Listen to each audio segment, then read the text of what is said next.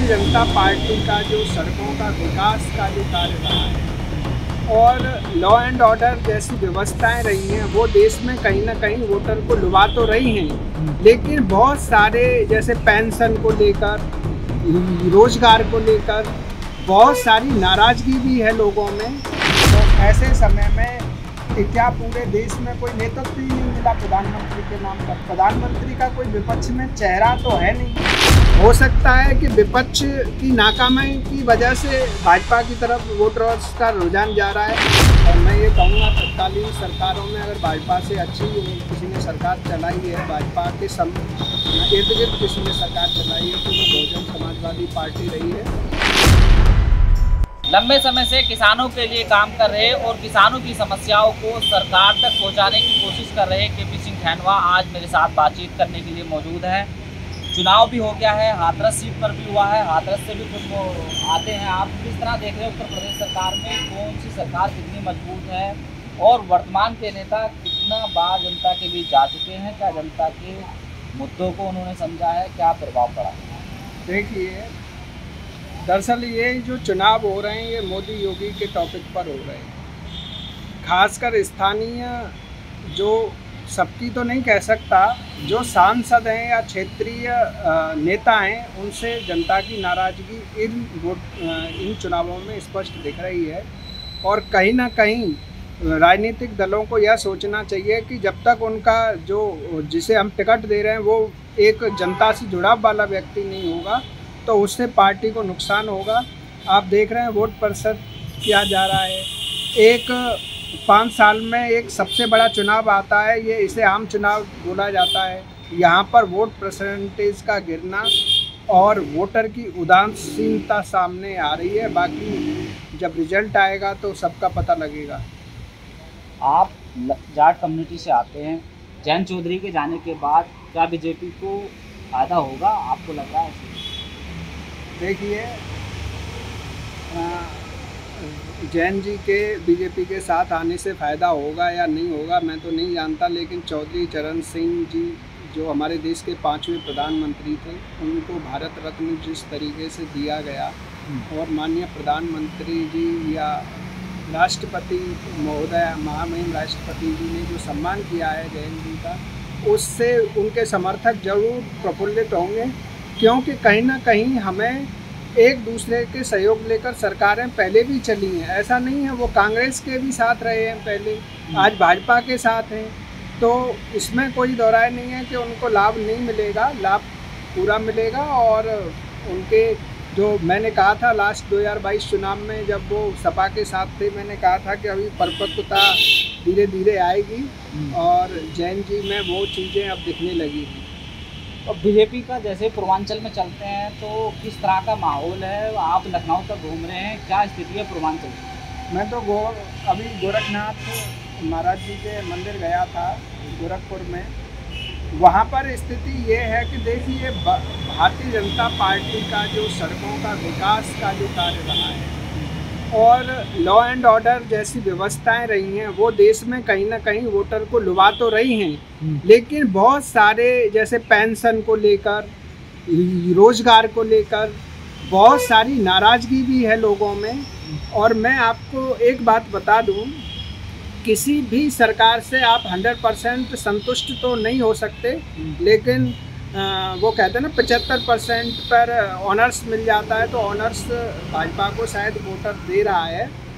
एक ये निष्पक्ष राय है मेरी इस पर। आप किसानों के बीच रहे हैं, किसानों के लिए लड़ाई लड़ी है, इस सरकार में किसानों को सम्मान मिला या नहीं? देखिए, कहीं ना कहीं किसानों को सम्मान देने की बात कहें, सम्मान निधि इन्होंने दी, किसानों के लिए बहुत सारे कार्य सरकार ने छोटे छोटे कार्य किए जो लोग बहुत लाभकारी कार्य थे। लेकिन मैं कहीं भी मैं बताऊंगा, आज जो भारतीय जनता पार्टी सत्ता में 2014 में इसने स्वामीनाथन आयोग की रिपोर्ट का वायदा किया था, बाद में यह अपने वायदे से मुकर गई। अभी भी आप देख लीजिए इनके मैनिफेस्टो में जो भी मिलेट्स का जिक्र है, प्राकृतिक खेती का जिक्र है। कहीं ना कहीं जब तक हम किसान के लिए इस देश में जब सबके आयोग बने हुए हैं, स्वतंत्र संस्थाएं हैं, अल्पसंख्यकों का आयोग है, पिछड़ों का आयोग है, महिलाओं का आयोग है, कर्मचारियों का आयोग है, और जो सबसे ज़्यादा जिस पर वोट परसेंटेज डिपेंड करता है उस किसान का आयोग नहीं है। तो मैं ये कहूँगा किसान को बहुत ज़्यादा सम्मान मिला है कि उसका अपमान हुआ है, ये तो बातें संतुलित करने वाली होंगी नहीं होंगी।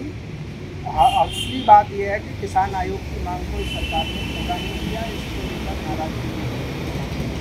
तो बीजेपी को नुकसान होगा अगर किसान जो एग्रीकल्चर सेक्टर की बात करें तो बीजेपी की कुछ नीतियों से ये नहीं है कि बीजेपी को जो वोट दे रहा है वो बहुत ज़्यादा खुश है, लेकिन उसकी एक मजबूरी है, क्योंकि एक लाइफस्टाइल आप एक आम आदमी के जीवन में उसको हर चीज़ से सुरक्षा से भी फेस करना पड़ता है, उसको खाद्यान्न भी चाहिए, उसको एग्रीकल्चर उत्पादों के अलावा और भी दूसरी सुविधाएं चाहिए।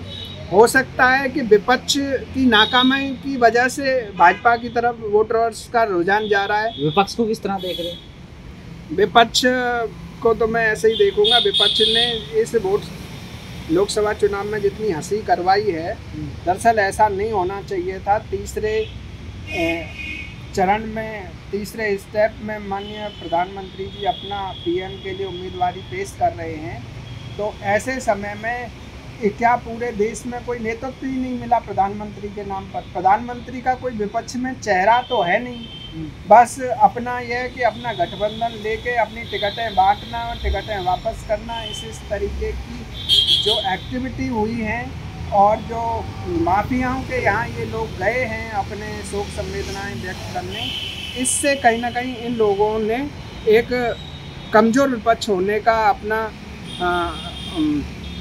मतलब अपने को कमज़ोर तौर पर विपक्ष के रूप में उत्तर प्रदेश की एक बड़ी पार्टी है, उन्होंने अपना उत्तराधिकारी नियुक्त किया था आकाश आनंद जी को, लेकिन अब बहन जी ने उनको सब पद मुक्त कर दिया। किस तरह देख रहे हैं? क्या जो उनके वोटर थे उनमें निराशा जाएगी? आकाश आनंद बेहतर काम कर रहे थे, क्या वो अपने जो कार्यकर्ता थे उनमें उत्साह बढ़ रहे थे, या क्या डर हुआ कि आखिरकार इस तरह का सब? देखो, जो बहन कुमारी मायावती जी हैं, उनका एक अपना एक इतिहास रहा है, कई बार की वो मुख्यमंत्री रही हैं, उनके पास बहुत अच्छा अनुभव है। और मैं ये कहूँगा तत्कालीन सरकारों में अगर भाजपा से अच्छी किसी ने सरकार चलाई है, भाजपा के इर्द गिर्द किसी ने सरकार चलाई है, तो वो बहुजन समाजवादी पार्टी रही है। कहीं ना कहीं उनके बयान इस तरीके से एकदम जिम्मेदारी मिलने के साथ उनको ऐसे बयान नहीं देने चाहिए थे, फिर भी उन्होंने खुले मन से अपने ट्वीट के माध्यम से अगर अपने ही उत्तराधिकारी को ये दंड दिया है तो ये उनकी पार्टी के लिए अच्छा संकेत है। कहीं ना कहीं जिनको आज हटाया वो कल उस सीट के द्वारा उस पद पर आए ना आए, लेकिन वो उस पद पे आने के लिए तैयार जरूर हो जाए। बसपा तो अब चुनाव लड़ रही है, बसपा को भी कुछ समर्थन मिल रहा है, निकाल पाएंगे उम्मीदवार? देखो, भाजपा का एक परंपरागत वोटर है और वो उससे नहीं छिनेगा। और समाजवादी पार्टी की कहें, समाजवादी पार्टी और इन सब विषयों को लेकर बसपा वाले बना पाएंगे? अब पहले तो गठबंधन में थे तो बना लिए उन्होंने सांसद। देखिए, मैं ये तो नहीं कहूँगा कौन सांसद बना पाएगा कौन नहीं, क्योंकि मैं तो नॉन पॉलिटिकल हूँ, लेकिन मैं ये ज़रूर कहूँगा कि किसान हैं तो आप बीच में तो रहते हैं। एक बसपा ने कॉन्फिडेंस दिखाया है एक इंडिपेंडेंट पार्टी होने का। कहीं ना कहीं कल ये कांग्रेस भी इस आत्मविश्वास के साथ रहती तो शायद मुझे लगता है कि आज की स्थिति से बेहतर स्थिति में होती। जो बीजेपी का नारा 400 पार, उसे किस तरह देगा? देखो, 400 पार उनका नारा स्लोगन एक कह लीजिए एक सपना वाला नारा है, लेकिन हकीकत यह है कि जो 400 पार 300 पार ये तो वोटर तय करेगा। और लोकतंत्र में इस तरह के नारे मुझे नहीं लगता बहुत ज़्यादा महत्वपूर्ण है जनता के लिए। आप एक बात बताइए कि जब 400 पार का आप नारा पहले से ही दे रहे हैं और इस तरीके से ये लोकतंत्र आपको कैसे फिगर पता लगे? इसलिए मैं आह्वान यही कहूँगा, मैं तो कह रहा हूँ 500 पार चले जाएं, लेकिन ये कुछ नासमझी वाली बातें हैं जो वर्तमान दल द्वारा की जा रही हैं जो सत्ता में है। और कहीं ना कहीं भारतीय जनता पार्टी को अपने वोटर्स को संतुष्ट करने के लिए। लास्ट सवाल बता दीजिए, किसान किस तरफ जा रहा है, इंडिया गठबंधन या बीजेपी? देखो, किसान किधर भी चली जाए, किसान आयोग का गठन तो किसी ने किया नहीं, तो इसीलिए मैं तो खुल के किसी का समर्थन नहीं करता। बाकी एक वोटर हूँ, मैंने भी अपना वोट डाला है, वो देश के वोटर से अपील भी की है। लेकिन मैं इतना ज़रूर कहूँगा, इन राजनीतिक दलों की मिट्टी इस चुनाव में जितनी खराब हुई है वो किसी चुनाव में मैंने नहीं देखी। कोई सम्मान की निगाह ऐसी नहीं है कि देखो, वोट प्रतिशत में उदासीनता इसका सबसे बड़ा कारण है। बेरोजगारी का मुद्दा हो या पेंशन का मुद्दा हो या दूसरे जो मुद्दे हैं, उनको लेकर कहीं ना कहीं जो वोटर है वो नाराज़ है, और विपक्ष को भी बहुत ज़्यादा महत्व वोटर नहीं दे पा रहा।